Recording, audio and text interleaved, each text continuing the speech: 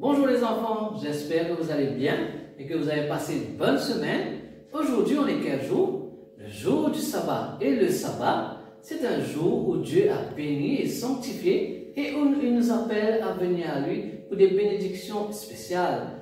Donc, le jour du sabbat, on va le louer. Pourquoi le louer? Parce que tout vient de lui. La vie, la santé, les parents, le travail pour les parents, et tout vient de lui et c'est l'occasion pour nous de le louer et de le remercier. Pour cela, on a préparé un petit programme pour vous et j'espère que vous allez passer des bons moments en notre présence. Mathias va lire un texte pour nous. L'Éternel est mon berger, je ne manquerai de rien. Il me fait reposer dans les verts pâturages. Il me dirige près des eaux paisibles. Il restaure mon âme. Il me conduit dans les sentiers de la justice à cause de son nom.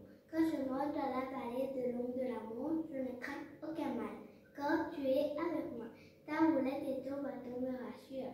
Tu dresses devant moi une table en face de mes adversaires. Tu blanchis ma tête et ma coupe d'épaule.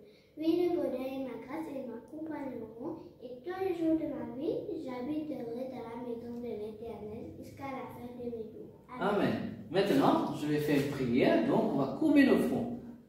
Éternel, grand Dieu Tout-Puissant, nous voulons te remercier pour ce jour béni et spécial que tu nous donnes. Alors que nous venons à toi, que tu puisses nous bénir et fais que tout ce que nous allons faire puisse te plaire et soit pour la gloire de ton nom. Bénis tous les enfants de la terre et que tu puisses leur donner, Seigneur, tes bénédictions en abondance et qu'à travers ce programme, nous puissions te louer, te glorifier, te remercier pour tout ce que tu fais pour nous. À toi soit la gloire et l'honneur, au nom de Jésus. Amen. Amen.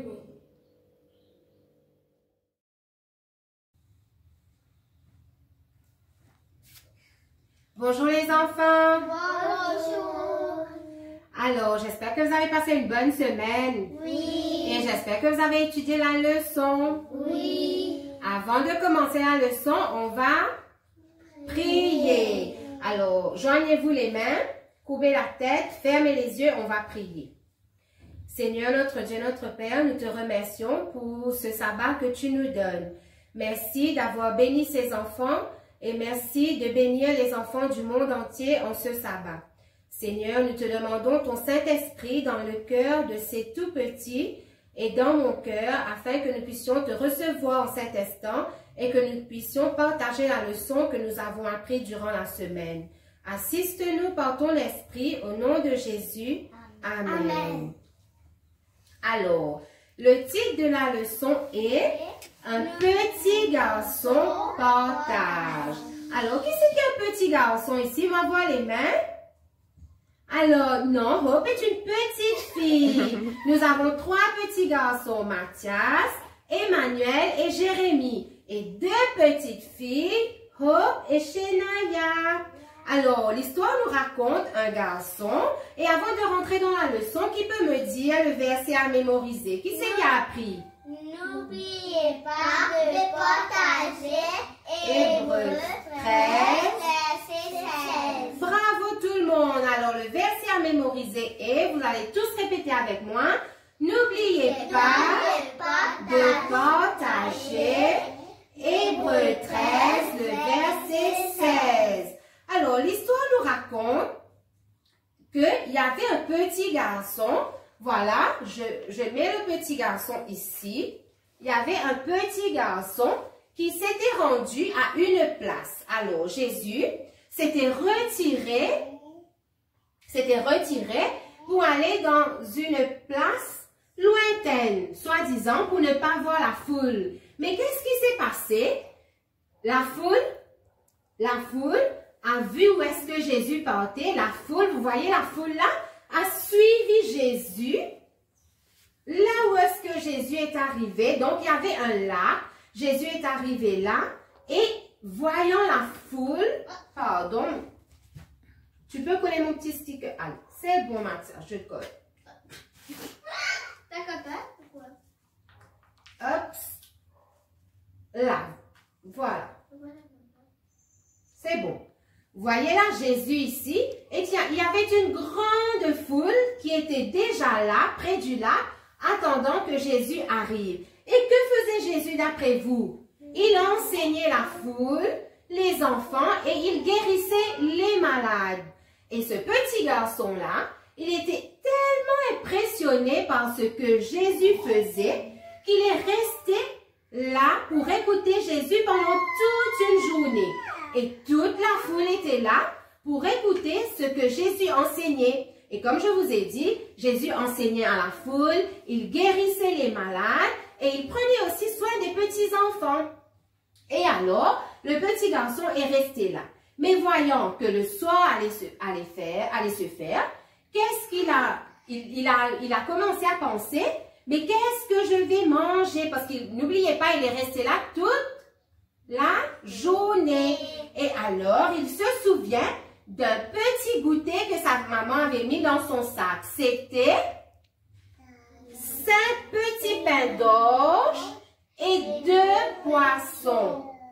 Vous voyez là, vous voyez tous le pain du petit garçon, 5 petits pains d'orge et 2 petits poissons que sa maman avait mis dans son sac.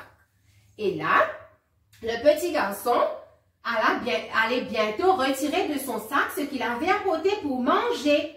Et voilà que les disciples, vous voyez les disciples de Jésus là, les disciples, voilà, vous voyez les disciples de Jésus, allaient voir Jésus pour dire que le soir allait tomber, mais renvoie la foule. Qu'est-ce que la foule va manger? Parce que imaginez-vous, ils sont restés une journée sans manger. Est-ce que c'est facile de rester une journée sans manger? Vous pouvez-vous?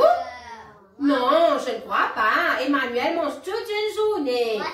Est-ce que vous pouvez rester chez Naya? Est-ce que tu peux rester une journée sans manger? Non. Donc, les disciples étaient inquiets parce que le soir arrivait et que Jésus continuait à parler.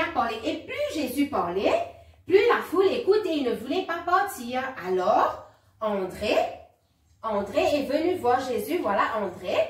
Il a dit à Jésus, ben renvoie la foule. Parce qu'on n'a rien pour partager avec cette foule-là, pour leur donner à manger. Et les disciples se tracassèrent entre eux.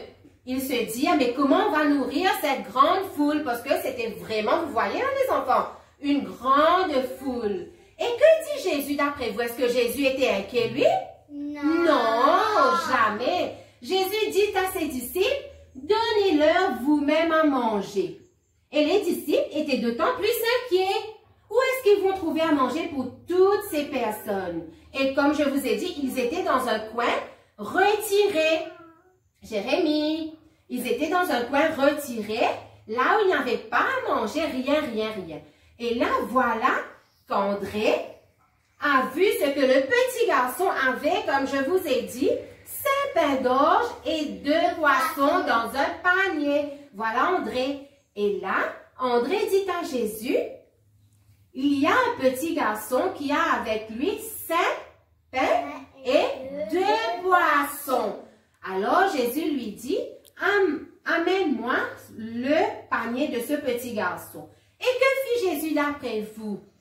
Il commença à rompre le pain, il donna à ses disciples et partagèrent. Les disciples commençaient à partager. Les disciples ont partagé, ils ont partagé le pain et le poisson.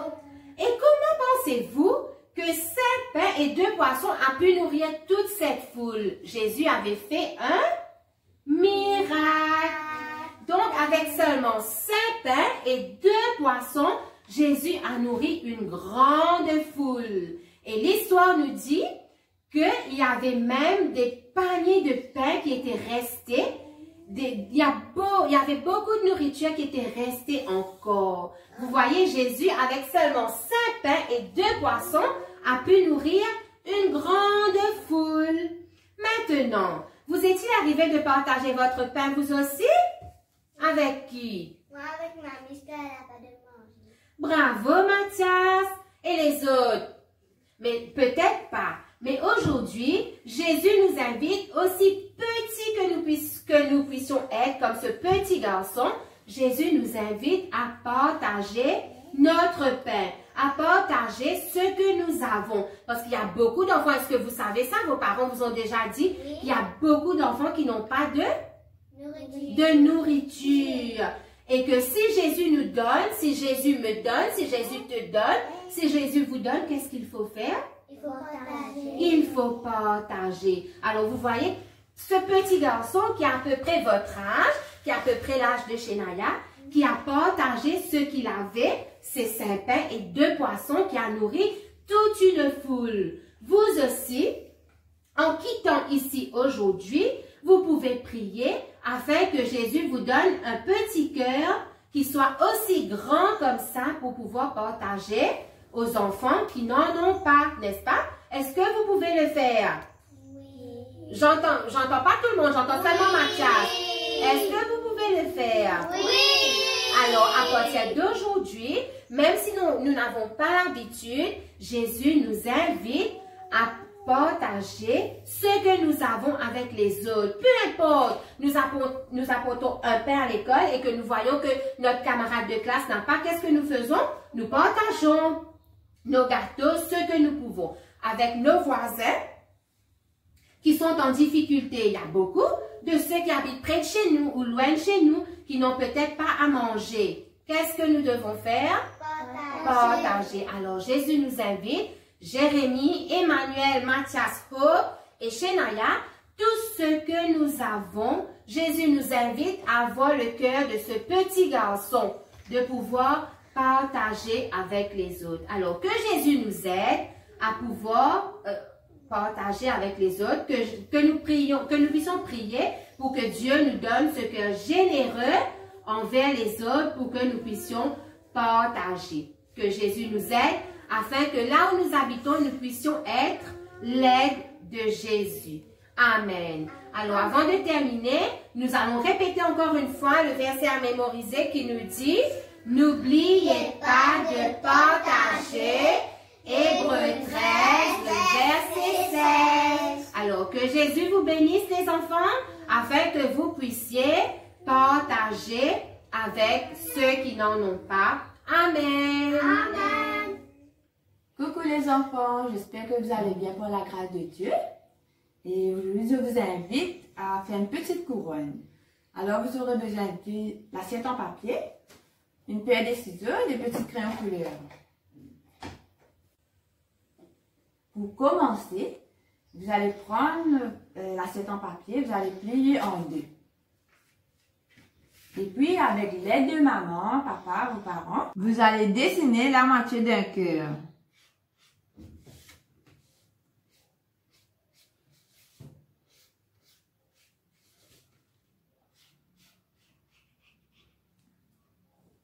Et puis, avec l'aide de vos parents, vous découpez tout autour. Et puis, vous allez découper la forme du cœur. Toujours avec l'aide de vos parents.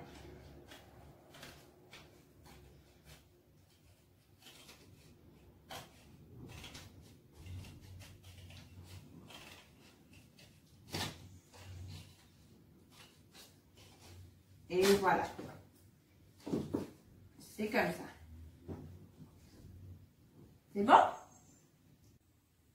Maintenant, les enfants, je vous invite à les colorier.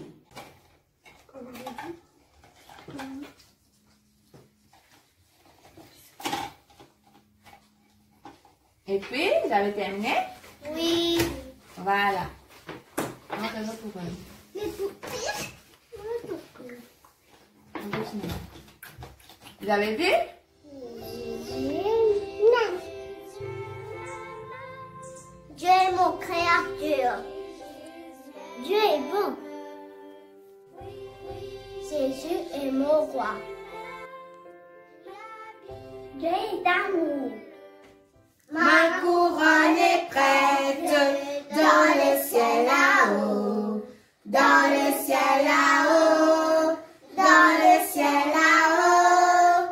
Ma couronne est prête dans le ciel là-haut.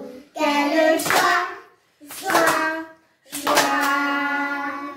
Une robe blanche dans le ciel là-haut, dans le ciel là-haut, dans le ciel là-haut. Une robe blanche dans le ciel là-haut. Quelle joie, joie, joie. invite dans le ciel là-haut, dans le ciel là-haut, dans le ciel là-haut. Jésus nous invite dans le ciel là-haut. Quelle joie, joie, joie. Pour Jésus je chante dans le ciel là-haut, dans le ciel là-haut, dans le ciel là-haut. Pour Jésus je chante dans le ciel là-haut. Quelle joie, joie, joie. Bonjour, je me présente moi-même, je m'appelle Christelle. Et suite à la leçon de l'école du sabbat qui nous cause aujourd'hui le partager, comment nous sommes capables d'un instrument de partage, là que nous étions, pour raconter un bref témoignage, comment Dieu servit moi comme un instrument puissant dans cela même chaque jour au quotidien, là que nous étions dans mon entourage et surtout dans l'école de ma fille. Aide-moi pour être un instrument de partage, donc nous sommes capables de partager les temps et l'amour de Jésus. Alors, quelque temps de cela, alors qui me tient mariée avec Jean-Luc, mon mari, qui est déjà une petite fille qui s'appelle Anaïs, handicapée.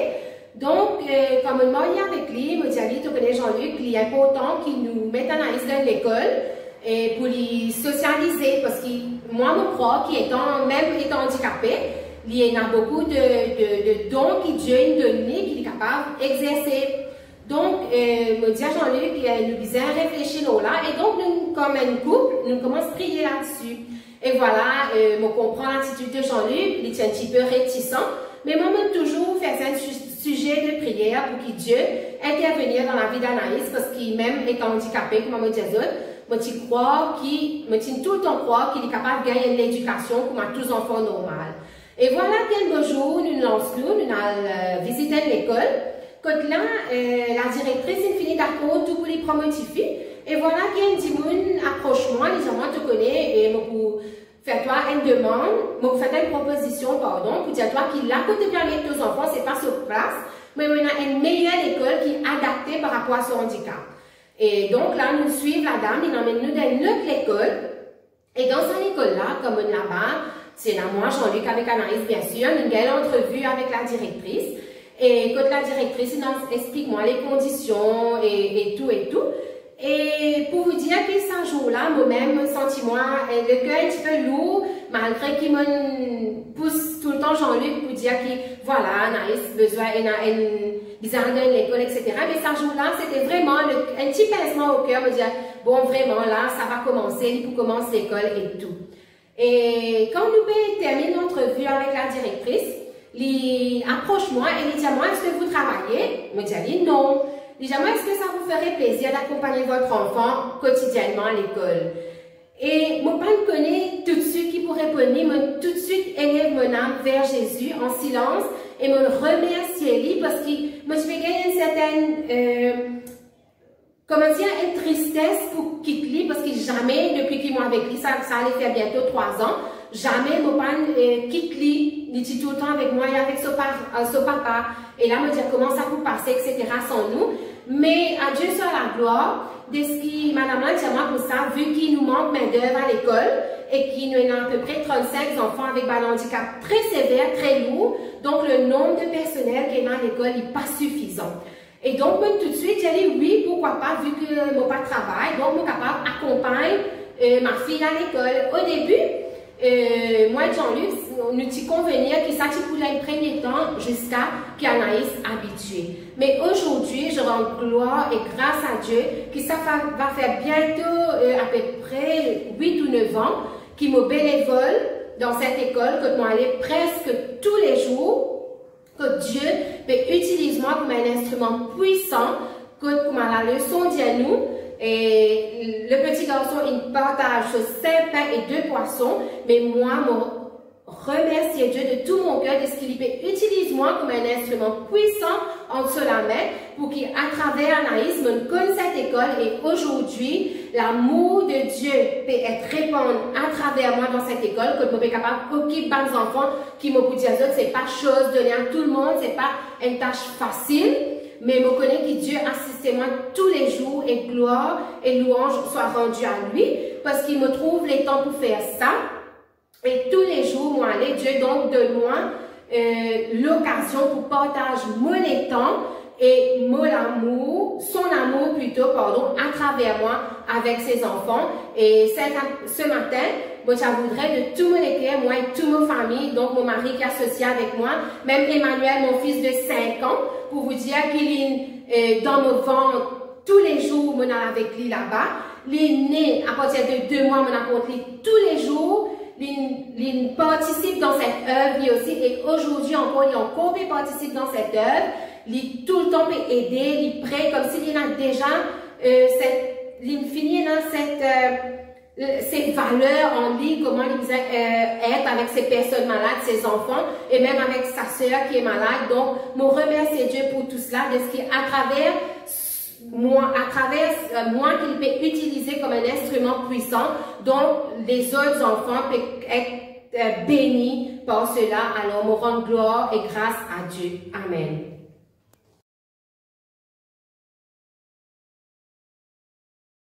C'est l'histoire d'un petit garçon prénommé Tom.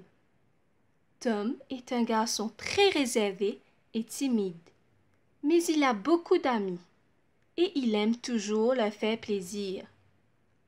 Comme l'anniversaire de son meilleur ami, Billy, approchait à grands pas, Tom s'est mis à la recherche du cadeau parfait.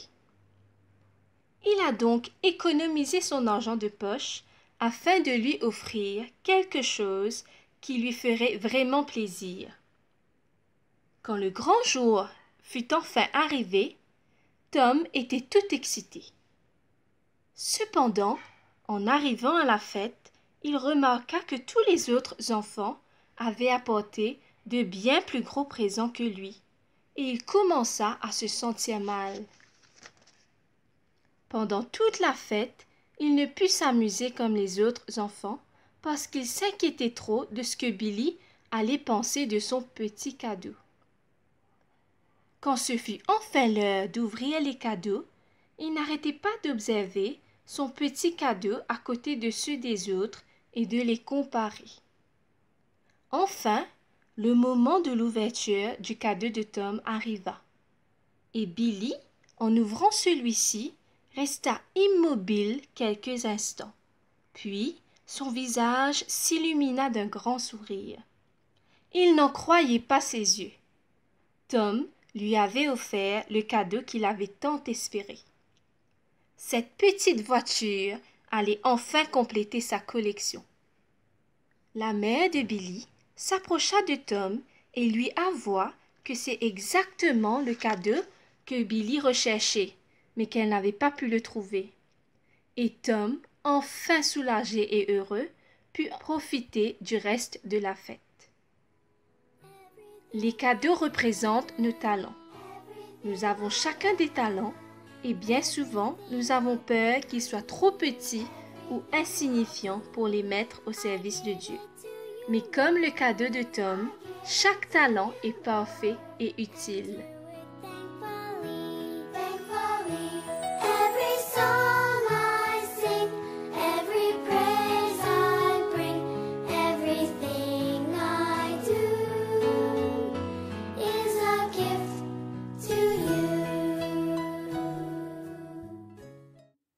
Voilà, on a terminé. J'espère que vous avez aimé le programme. On a un dernier message pour vous. Jesus Love You. Jésus vous aime.